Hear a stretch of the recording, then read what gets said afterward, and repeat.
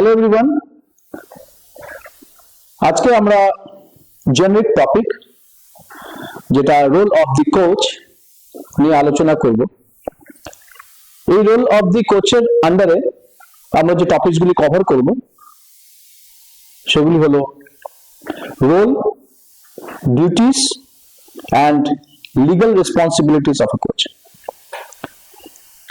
Total এই generic টপিকের মধ্যে রোল অফ এ কোচ এটি অনেক সাব থিমকে বেস করে আমরা এই টপিকটিকে কভার করব এবং আলোচনা করব বিভিন্ন দিক, বিভিন্ন সাইড, যেটা থেকে আমরা অ্যাজ এ কোচ আমরা জানতে পারবো যে on the field, of the field coach হিসেবে আমাদের কি কি দায়বদ্ধতা থেকে যায়, আমাদের কি কি রেসপন্সিবিলিটিস, দায়িত্ব এবং কিভাবে আমরা বাচ্চাদেরকে ডিল করব সেগুলি সম্বন্ধে একটি ক্লিয়ার ধারণা পেয়ে যায়।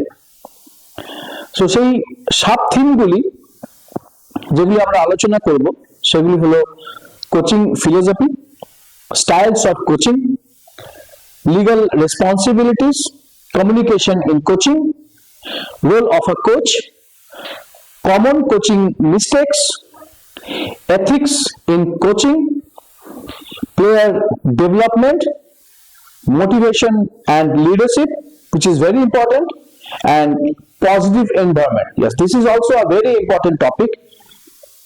এই keywords গুলিকে আমরা আরো বিস্তারিত ভাবে হাইলাইট করে আলোচনা করব। সো কোচিং,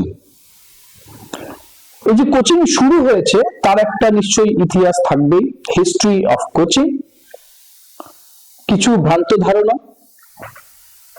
কোচিং স্টাইলে থেকেই যায় বা কোচিং সম্পর্কে কিছু ভ্রান্ত ধারণা থেকেই যায় সবার মধ্যে, আমাদের সোসাইটির মধ্যেও আছে। সেই ভ্রান্ত ধারণাগুলি কি এবং সেগুলোকে নিয়ে আমরা রিয়েলিটিতে কিভাবে আমরা আলোচনা করব সেগুলি হলো সব থেকে বড় মিথ বা ভ্রান্ত ধারণা, যেটা হচ্ছে যে আমি খেলেছি মানে আমি কোচিং করতে পারবো। I played, therefore I can coach. This is a myth. এটি সমস্ত প্লেয়ারের মধ্যেই থাকে, not only in cricket. It is also found in football, basketball, volleyball, athletics. So যে একজন খুব ভালো প্লেয়ার, সে কখনো ভালো খেলেছে, সে ভাবে যে আমি যেহেতু আমি একসময় খেলেছি সেজন্য আমি খুব ভালো কোচিং করাতে পারবো। আবার আরেকটি ভ্রান্ত ধারণা হলো those who can do, those who can't teach। মানে যে একটি কাজ খুব সুন্দরভাবে করতে জানে সে ভালো শেখাতে পারে না। মানে যে ভালো, এটা যদি আমরা খেলার মধ্যে নিয়ে আসি, যে ভালো খেলতে পারে সে আবার ভালো কোচিং করাতে পারে না। অবশ্য আমি যদি একজন খুব ভালো প্লেয়ার হই, আমি ভালো ব্যাটিং করি বা আমি খুব ভালো বোলিং করি, তো ভ্রান্ত ধারণা কি হলো না আমি হয়তো ভালো শেখাতে পারবো। এটি একটি ভ্রান্ত ধারণা, বাট রিয়েলিটি হলো those who know to, যে জানে সে করতে পারবে। those who understand teach, যে ব্যাপারটিকে বুঝতে পারবে, যে ধারণাটিকে সঠিকভাবে বুঝতে পারবে, সে কিন্তু শেখাতেও পারে। এটাই হলো রিয়েলিটি। অ্যানসিয়েন্ট টাইমস থেকে কোচিংকে যদি দেখা যায়, আমাদের ইন্ডিয়াতে যদি আমরা দেখি, তাহলে আমরা অনেক দিক আমরা পাই, অনেক আমরা বছর পাই যেগুলিতে আমরা যদি অ্যানসিয়েন্ট থেকে মডার্ন এজের দিকে যদি আমরা যাই, তাহলে আমরা দেখতে পাই যে প্রথমে যখন গুরুরা শিক্ষা দিতেন, গুরুকুলস বা আশ্রমের মধ্যে কিছু শিক্ষাদান দেওয়া হতো, তার সঙ্গে সঙ্গে কিছু মল্লযুদ্ধ হোক বা যুদ্ধের জন্য প্রস্তুতি কিছু অ্যাক্টিভিটিস করানো হতো। আবার তাদের মধ্যে খেলাধুলারও একটা ইন্টিগ্রেট পার্ট ছিল। তাদের কোচিং এর যে রুটিন ছিল আশ্রম এবং গুরুকুলে, তার একটা পার্ট স্পোর্টসও ছিল। তো আমরা হিস্ট্রিটাকে যদি আমরা দেখি যে মিথ, রিয়েলিটি এবং কিভাবে ভারতবর্ষে কোচিং করানো হতো, শিক্ষা দান দেওয়া হতো গুরুকুলস এবং আশ্রমে, কি কি আকারে, সেখানে স্পোর্টস কিভাবে শেখানো হতো, সেগুলোকে সম্বন্ধে আমরা জেনেছি। না, আমরা আলোচনা করব styles of coaching. So styles of coaching যদি আমরা যাই, তো আমরা যখনই আমরা কোচকে দেখি, আমরা এক একটা কোচের এক এক ধরনের পার্সোনালিটি দেখতে পাই। As you know that we have 5 fingers, so 5টা আঙুল যেরকম একই সমান হয় না, সেরকম the personality of a coach or different coaches একই ধরনের হয় না।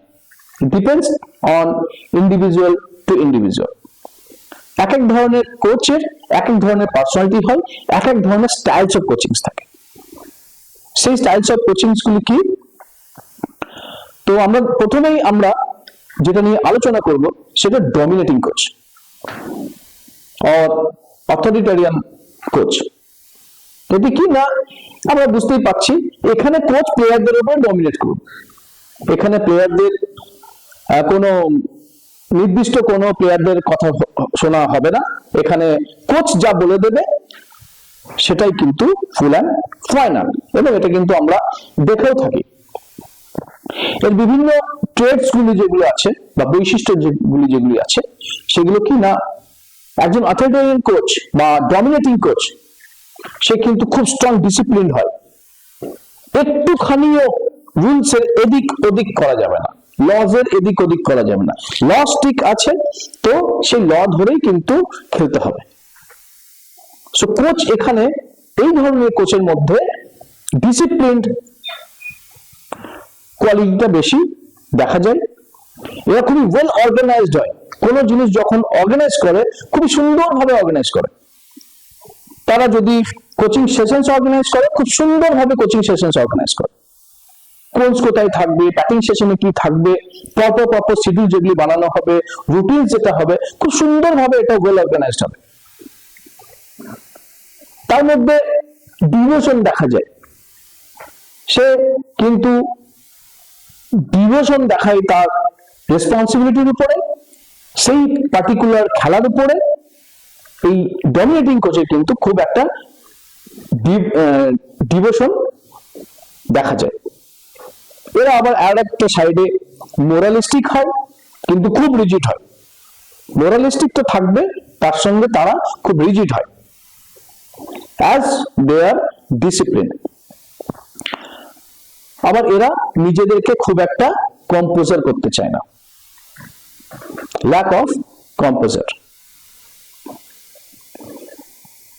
এর ফলস্বরূপ কি হয়? এর ফল কখনো কখনো পজিটিভ দিকে যায়, কখনো কখনো নেগেটিভ দিকে যায়। তো এর ফলস্বরূপ যদি দেখি, তো as they are very disciplined, well organized, তারা কিন্তু খুব রেসপেক্ট পায়। আবার কোচিং সেশনে বাচ্চারা ভয় পেয়ে অনেক মিস্টেকস করে। কোচ যদি এই কথা বলে দেয়, কোচ যদি বকাঝকা করে, সে কারণের জন্য এর মধ্যে ভুলও অনেক দেখা যায়। তো সিভিয়ার মিস্টেকস আমরা দেখতে পাই। কখনো কখনো বেশি ভয় পেয়ে যায় বা ডিসলাইক করতে থাকে, অপছন্দ হয়ে পড়ে। আবার কখনো কখনো হেরে যাওয়ার ভয়টাও তাদের মধ্যে কাজ করে। আমরা যদি ম্যাচ হেরে যাই, এর এফেক্ট ম্যাচের পরে কি হতে পারে, as because the coach is very dominant। আবার অন্যদিকে আরেক ধরনের কোয়ালিটির কোচ আমরা দেখতে পাই, সেটি হলো nice guy coach or personable. Nice guy coach মানে বুঝতে পারছি, so nice guy, what is that? So এর বৈশিষ্ট্যগুলি হলো, nice guy coach is always flexible and creative. তবে ফ্লেক্সিবল থাকে, খুব একটা রিজিড হয় না। ওকে, প্লেয়ার্সরা বললো যে স্যার আজকে আমরা এই রুটিনে ব্যাটিং করবো, এই রুটিনে আমরা ফিল্ডিং সেশন করবো, এই রুটিনে আমরা আজকে কোচিং সেশনটা চালাবো, ওকে, নো প্রবলেম। এবং এরা একটু ক্রিয়েটিভ হয়, প্লেয়ার্সদেরকে খুব এমপ্যাথি দেয়। অন্যদিকে তারা প্লেয়ারদেরকে কমপ্লিমেন্টসও দেয়, ভালো খেললো, ভালো ব্যাটিং করলো, ভালো বোলিং করলো, তারা কমপ্লিমেন্টস দেয়। ট্যাক্টফুলি ক্রিটিসিজম করে। যদি আমরা কম্পেয়ারে যাই অথরিটেরিয়ানে, তো ডমিনেটিং কোচ ক্রিটিক্যাল করে দেয় সবার সামনে বা খুব বাজেভাবে, প্লাস অন্যদিকে নাইস গাই কোচ কি করে, ট্যাক্টফুলি ক্রিটিসিজম করে, সিচুয়েশন বুঝে ক্রিটিসিজম করে। ইন ফ্রন্ট অফ প্লেয়ার্স করবো নাকি ওকে আমার রুমে নিয়ে এসে করবো, নাকি ট্যাক্টফুলি গ্রাউন্ডের মধ্যেই এমন ভাবে ক্রিটিসিজম করবো যার এফেক্টটা ম্যাচে গিয়ে একটা পজিটিভ ওয়েতে আমি পেতে পারি। এর এফেক্ট কি কয়, এফেক্ট গুলি হলো বা এর ফলস্বরূপ কি হতে পারে, এই ধরনের কোচ যখন কোচিং করায় তাদের এই পার্সোনালিটি নিয়ে, তার ফলাফল কি হতে পারে, যে টিমের মধ্যে খুব এনজয়মেন্ট থাকে, খুব হাসি ঠাট্টা চলে, খুব এনজয়মেন্ট চলে, প্লেয়াররা নিজেদের মতো থাকতে পারে এবং টিম কোহেশন, টিমের বন্ডিং তৈরি হয় ভালো, ওপেননেস থাকে, কিছু ভুল হয়েছে বা ভুল হওয়ার সম্ভাবনা আছে, এই ধরনের ঘটনা যদি সম্মুখীন হয় এক্ষেত্রে খুব ওপেননেস থাকে। তো এফেক্ট গুলি প্লেয়ারদের মধ্যে এরকম ভাবে দেখা যায়, একটি টিমের মধ্যে দেখা যায়। আবার আরেকটি ধরনের coach, that is casual coach. Casual, you can see, আমরা ক্যাজুয়াল শব্দ ব্যবহার করেছি, তো ক্যাজুয়াল মানে আমরা জানি। এই ধরনের কোচদেরকে আমরা পার্ট টাইমার কোচও বলে থাকি, তাদের কোয়ালিটিটাকে বুঝে। What is that? এই বৈশিষ্ট্যগুলি হলো easy going and relax. Okay, team practice আজকে করলো, সো কিরকম ভাবে করলো that doesn't matter. Okay, practice তো হয়েছে, ওয়ার্ম আপ ঠিকঠাক হয়েছে, ওকে ওয়ার্ম আপ করে নিয়েছে, আর they can go for batting bowling or next session. So casual coach. Impression of no real commitment. Impression, কমিটমেন্টের দিকে খুব একটা ইমপ্রেশন থাকে না, রিয়েল থাকে না, as it is casual. So আমার টিম যদি পারফর্ম করে as I am casual, I will okay, very good play, or well played, এর থেকে আর কি হতে পারে, তোমরা এর থেকে এত ভালো পারফরমেন্স আর কি হতে পারে।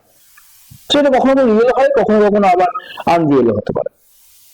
সো ম্যাক্সিমাম টাইমে নো রিয়েল কমিটমেন্টই এই ধরনের কোচের দ্বারা দেখা যায়। এনকারেজেস ইন্ডিপেন্ডেন্স, স্বাধীনতা দিয়ে দেয় প্লেয়ার্সদেরকে। সো প্লেয়ারকে স্বাধীনতা দিয়ে দিল, কোন প্লেয়ার এসে বললো স্যার আজকে টিমটা আমি টিম বানাবো, ওকে ইউ প্রিপেয়ার ইয়োরসেলফ। সেখানে কোচের খুব একটা ভূমিকা দেখা যায় না, as he is very casual. তো ক্যাপ্টেন ওখানে যে টিম লিস্ট বানিয়ে দেয়, কোচ সেটিকেই সাইন করে দেয়, ওখানে কোচের কোনো এফেক্ট থাকে না। তো এর ফলে কি হয়, এর ফলস্বরূপ যেগুলি হয়, ডিট্যাচড থাকে, টিমের সঙ্গে কোচের একটা ডিট্যাচ তৈরি হয়, ডিট্যাচমেন্ট থাকে এবং কোন সম্পর্ক সেরকম ভাবে গড়ে ওঠে না। Viewed as a consultant, coach কে প্লেয়াররা দেখতে থাকে, ও স্যার তো স্যারের কাছে যাবো, একটা কনসাল্ট করে নেবো স্যারের সঙ্গে, এটা ভুল হয়েছে না খারাপ হয়েছে, দ্যাটস অল, আর বাকি তো আমরা যেটা বলবো সেটাই হবে। সো কনসালটেন্ট হিসেবে প্লেয়াররা তখন কোচকে দেখতে লাগে। কোন ধরনের কোচকে? ক্যাজুয়াল কোচকে। Coaching and planning can be inadequate. এক্ষেত্রে কোচিং এবং তার প্ল্যানিং কি হবে, পুরো শিডিউলটা কিরকম প্ল্যানিং এ চলবে, কোচিংটা কি প্ল্যানিং এ চলবে, সেটার একটা ওয়েল প্ল্যান্ড হয়ে উঠতে পারে না, as because of the quality of casual coach or casualty. আরেকটি কোচের পার্ট বা কোয়ালিটি, সেটি হলো intense coach or too emotional, সবসময় টেনশনে থাকে। এই ধরনের কোচরা কি করে, এই ধরনের কোচের বৈশিষ্ট্য কি? ওভার এমফাসিস অন উইনিং, জিততেই হবে। আজকে টুর্নামেন্ট খেলতে হয়েছে, তোমাকে টুর্নামেন্ট উইনিংই হতে হবে বা ফার্স্ট ম্যাচ তোমাকে জিততেই হবে, এই ধরনের একটা এমফাসিস এই কোচের দ্বারা হয়ে থাকে। সাধারণত এই ধরনের কোচের খুব ভালো নলেজ থাকে এবং এদের খুব হাই অ্যাংজাইটি লেভেল থাকে, as because intense coach, too emotional, that's why খুব হাই অ্যাংজাইটি লেভেলটা, উদ্বিগ্নতা যেটা, এটা খুবই কাজ করে এই কোচের মধ্যে। এফেক্টস কি? এর ফলস্বরূপ কি হয়? নেভার স্যাটিসফাইড, এরা কোনো কিছু স্যাটিসফাইড হয় না। জিতেও যদি যাই সেক্ষেত্রে এর এফেক্ট কি হয়? কেন এত রানে জিতলাম না? আমার এত রানে জেতা উচিত ছিল। এত উইকেটে কেন জিতলাম না? এত উইকেটে জেতা উচিত ছিল। Never satisfy. Severe on mistake. যদি কেউ মিস্টেক করে ফেলে, ফিল্ডিং এ যদি কেউ একটা ক্যাচ মিস করে ফেলে বা ফিল্ডিং মিস করে ফেলে, এক্ষেত্রে খুব সিভিয়ার হয়ে যায়, খুব টেনশন করে ফেলে এবং খুব ইমোশনাল হয়ে যায় এবং প্লেয়ারকে মাঠের বাইরে থেকেই বিভিন্ন ধরনের ওয়ার্ডিং শুরু করে এবং প্লেয়ারকে মাঠের বাইরে থেকেই বোঝাতে শুরু করে যে তুমি এটা কেন মিস করলে বা এটা কিরকম ভাবে ফিল্ডিং করা উচিত ছিল। Intense coach. Players too become anxious and nervous in crunch situations. যখন একটা ক্রাঞ্চ সিচুয়েশন তৈরি হয় ম্যাচের মধ্যে বা কোচিং সেশনের মধ্যে, যখন ক্রাঞ্চ সিচুয়েশন তৈরি হয় তখন প্লেয়াররা ঘাবড়ে যায়, টেনশন করে ফেলে, এর ফলে পারফরম্যান্সের উপর এফেক্ট পড়ে। And the next one is very important, that is business coach. Rational. Business coach. What is the business? Business means আমার দায়িত্ব শেষ, আমার এখান থেকে আমার as it is a like of business, যে কাজের জন্য আমাকে দেওয়া হয়েছিল সেই কাজের সেই পরিমাণটুকু আমার কমপ্লিট হয়ে গেছে, মানে এরপরে আমার কোনো আর রোল নেই। It's very important. ইয়েস, এই ধরনের কোচ থাকা দরকার। সো এই ধরনের কোচের মধ্যে কি কোয়ালিটি দেখা যায় না? এরা খুব ইন্টেলিজেন্ট হয়, ক্যালকুলেটিভ হয় এবং লজিক্যাল হয়, as because their quality is like business coach. Well planned and organized. এরা খুবই well planned হয়, খুবই সুন্দর অর্গানাইজ করে যে কোনো সেশনকে, যে কোনো প্র্যাকটিস সেশন হোক বা ওয়ার্ম আপ সেশন বা কুলিং ডাউন সেশন হোক বা যে কোনো একটা প্র্যাকটিস সেশনকে এরা খুব সুন্দর অর্গানাইজ ভাবে ওয়েল প্ল্যান্ড হিসেবে তৈরি করে। সবসময় আপ টু ডেট নলেজ রাখে with latest techniques and advancement. Latest techniques এবং অ্যাডভান্সমেন্ট যেগুলি হচ্ছে এই গেমের, সেটা সম্বন্ধে সবসময় নলেজ রাখে এবং আপ টু ডেট থাকে। এর ফলস্বরূপ কি হয় না? Professional and commercial approach. সেখানে প্রফেশনাল অ্যাপ্রোচ দেখা যায় কি না, আমার সেশন ছিল সকাল 7টা থেকে সকাল 10টা। 10টা এক হয়ে গেলে আমি আর কোচিং করাবো না। 10টা পর্যন্ত আমার সেশন ছিল। I will stop my coaching at 10 AM এবং আমি কোচিং ওখানেই সমাপ্তি ঘোষণা করব। As because it's A business like professional approach. আমার 7টার সময় শুরু হওয়ার কথা ছিল, আমার 7টার সময় শুরু করব, 10টার সময় শেষ হওয়ার কথা 10টার সময়। আমার এগ্রিমেন্ট হওয়ার ছিল, আমার অ্যাজ এ কোচ আমার ক্লাবের সঙ্গে একটা এগ্রিমেন্ট ছিল 3 বছরের। 3 বছর হয়ে গেছে, 3 বছর একদিনও আমি ওই ক্লাবের সঙ্গে থাকবো না বা আমি অ্যাপ্রোচও করবো না যে আমাকে আরেকদিন এক্সট্রা আমাকে দেওয়া হয়। As because it's a commercial approach থাকে এর মধ্যে, অর প্রফেশনাল অ্যাপ্রোচ থাকে। Keeps high expectations from players. এর ফলস্বরূপ কি হয়? এরা চাই প্লেয়ারদের কাছ থেকে একটা হাই এক্সপেকটেশনস থাকে। সেটস আনরিচেবল গোল। সো আনরিচেবল গোলস কি? আমার টিমের পজিশন কি, আমার টিম এমন একটা লেভেলের টিম যেটা হয়তো আমার টিমের নিউ টিম, 1 বছর আমার টিমের মধ্যে সেরকম পারফরমেন্স নেই, কিন্তু আমি আমার গোল সেট করে নিয়েছি যে আমরা টুর্নামেন্টটাকে জিতবো। সো এই ধরনের আনরিচেবল গোলস এই ধরনের প্লেয়াররা, এই ধরনের কোচেসরা করে ফেলে কখনো কখনো। That is the business coach. সেক্ষেত্রে আমরা অনেক ধরনের কোচের সম্পর্কে আমরা আলোচনা করলাম। এখন আমাদের কাছে কোচিং সেশনের কয়েকজন আছে, আমরা একটা ওয়ার্কশপ করে নেবো আমাদের নিজেদের মধ্যে, তাহলে আমরা জানতে পারবো যে এটা এতক্ষণ ধরে যে কোচ সম্পর্কে আমরা আলোচনা করলাম এবং আমাদের যারা কোচ হওয়ার জন্য আমাদের কাছে ছিলেন, যারা ট্রেনিং নিচ্ছিলেন, অ্যাজ এন এক্সাম্পল তাদেরকে যখন আমরা কোশ্চেনটা করব একটা ওয়ার্কশপের মতো, তখন কি ধরনের অ্যাপ্রোচ তাদের কাছ থেকে পাবো এবং what will be as a coach আমার কি অ্যান্সার হবে। এতক্ষণ আমরা আলোচনা করলাম কোচের স্টাইল এবং স্টাইল অফ কোচিং, বিভিন্ন ধরনের কোচের সম্পর্কে জানলাম। Authoritarian coach, nice guy coach, intense coach, business coach, casual coaches, বিভিন্ন কোয়ালিটি সম্পর্কে আলোচনা করলাম এবং তার এফেক্ট সম্পর্কে আমরা আলোচনা করলাম। সো তোমাদের মতে যদি আমরা তোমাদের কোশ্চেন করি, what are the advantages and disadvantages of each coaching style in your opinion? তোমাদের ওপিনিয়নে এই যে কোচিং স্টাইল গুলো বললাম তার অ্যাডভান্টেজ কি হতে পারে আর ডিসঅ্যাডভান্টেজ কি হতে পারে? কি হবে? নাইস গাই কোচ যারা হবে তাদের পক্ষে টিমটাকে কন্ট্রোল করতে একটু সুবিধা হবে, কারণ তারা বেশি রিজিড হবে না। ওকে। অ্যাজ ওয়েল অ্যাজ যারা একটু বেশি রিজিড টাইপের কোচ তাদের পক্ষে মুশকিল হবে যে প্লেয়ারদেরকে একটা গুড এনভায়রনমেন্ট টিমের মধ্যে সেটা বজায় থাকবে। ওকে, গুড। সো আমরা নেক্সট কোশ্চেনের দিকে চলে যাব। সেটি হলো, which coaching style did you find most effective in bringing out the best in you during your playing days? তো তোমার খেলোয়াড় দিনে তুমি যদি তোমার কোচদের কোচিং স্টাইলটাকে তুমি যদি পর্যালোচনা করো তাহলে কোন কোচিং স্টাইলটা তোমার মনে হয়েছে যে বেস্ট? আমার কাছে মনে হয় নাইস গাই কোচটাই বেস্ট অ্যাজ আ কোচ হিসেবে, কারণ ওটা পুরোটাই মানে যদি পুরো দিকটাই কভার করছেন, যেমন তিনি ডমিনেটও হচ্ছেন, তিনি আবার ডিসিপ্লিনও হচ্ছেন, তিনি স্টুডেন্টের সঙ্গে মিলেও যাচ্ছেন, তিনি একটু এটা কি ওই বৈশিষ্ট্যের মধ্যে আসছে নাইস গাই কোচের মধ্যে? এটা কি ছিল? হ্যাঁ, নাইস গাই উনি একটু মানে স্টুডেন্টের সঙ্গে মিলে থাকবে, একটু ক্যাজুয়াল, মানে একটু ওনাদের অসুবিধাটা বুঝবে, ঠিক মানে ভালো মন্দ এগুলো বুঝবে, তার সঙ্গে ভালোভাবে মিশে থাকবে।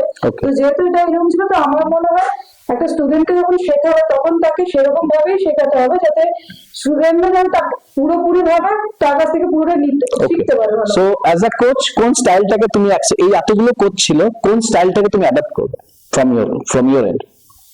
তুমি যদি কোচ হও, সো তুমি নিজের মধ্যে কোন কোচিং স্টাইলটাকে আনবে? আই থিঙ্ক আমার পুরো কোচের যে এটা আছে পুরোটাই আমি অ্যাডাপ্ট করবো অ্যাকর্ডিং টু মাই সিচুয়েশন। যদি আমার কন্ট্রোলিং এর দিক থেকে হয় সেক্ষেত্রে আমি আমার ডমিনেটিং কোচটা, ভেরি গুড অ্যান্সার। যদি আমার স্টুডেন্টের সঙ্গে মিশতে হয় তখন আমি নাইস গাই কোচ অ্যাডাপ্ট করবো। তারপরে যদি আমি ভালো কোচ হতে গেলে সেই কোচকে সমস্ত গুণই রাখাতে হবে। Very good. So this will be the answer in the workshop. যখন আমরা কন্ডাক্ট করবো ওয়ার্কশপ এই ধরনের, তখন কিন্তু আমরা এই ধরনের প্রশ্ন আমাদের ট্রেনিজদেরকে আমরা করব এবং এই ধরনের অ্যান্সার খুঁজে নেব। Correct answer. আমার মধ্যে সমস্ত ধরনের কোয়ালিটি আমার থাকা দরকার। যে ধরনের স্টাইলগুলি আমরা জানো সব ধরনের স্টাইলকেই আমার মধ্যে রাখতে হবে। যখন যেরকম সিচুয়েশন তখন আমাকে সেই সিচুয়েশনস এর উপরে আমাকে নির্ভর করে আমার কোয়ালিটিটাকে বের করতে হবে as a coach. Thank you. You may seat.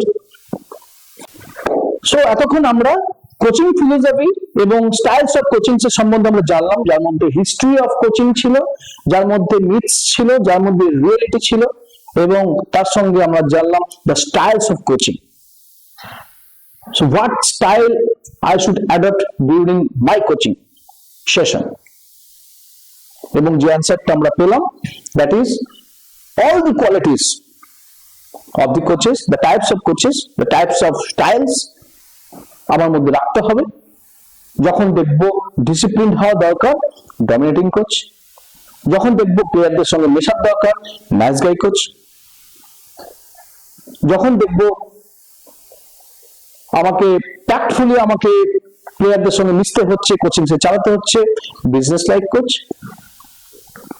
যখন দেখব আমার খুব একটা প্রাধান্য টিমের উপরে দেওয়া দরকার নেই, টিম খুব ভালো একটা পারফর্ম করছে, এখানে খুব একটা আমার ডমিনেটিং দরকার নেই, তখন ক্যাজুয়াল কোচ।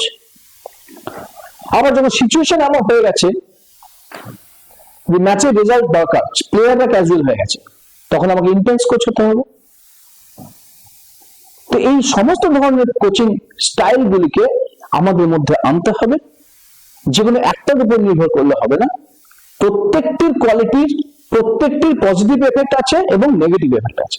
যেরকম আমাদের সোসাইটিতে বিভিন্ন ধরনের পজিটিভ সাইডস থাকে এবং নেগেটিভ সাইডস থাকে, বাট আমরা সোসাইটির পজিটিভ ওয়েটাকে ধরে আমরা আমাদের লাইফটাকে এগিয়ে নিয়ে যাই।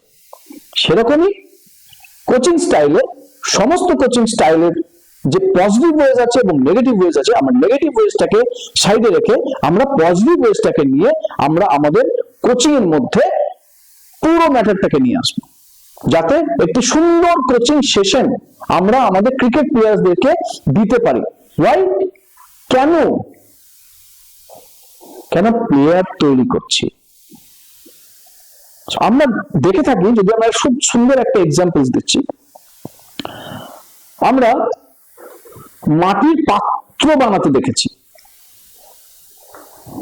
একটি হুইলটাকে ঘুরিয়ে দেওয়ার পরে তার মধ্যে হাত দিয়ে একটি মাটির অংশকে, একটা ক্লেকে কিভাবে একটি সুন্দর রূপ দেওয়া হয়, একটি হাড়ি বা বিভিন্ন ধরনের ইউটেন্সিলস, ওই মাটি থেকে সুন্দরভাবে ওই হাতের মাধ্যমে করা হচ্ছে। C the art of the hand, the art of the mind. যিনি কিভাবে ওই মাটিটিকে একটা সুন্দর একটা রূপ দিলেন, একটা হাড়ির, একটা পটের একটা রূপ দিলেন। ইট মিনস কোচিংও ঠিক ওই রকমই হবে, অ্যাজ লাইক দি মাস্টার।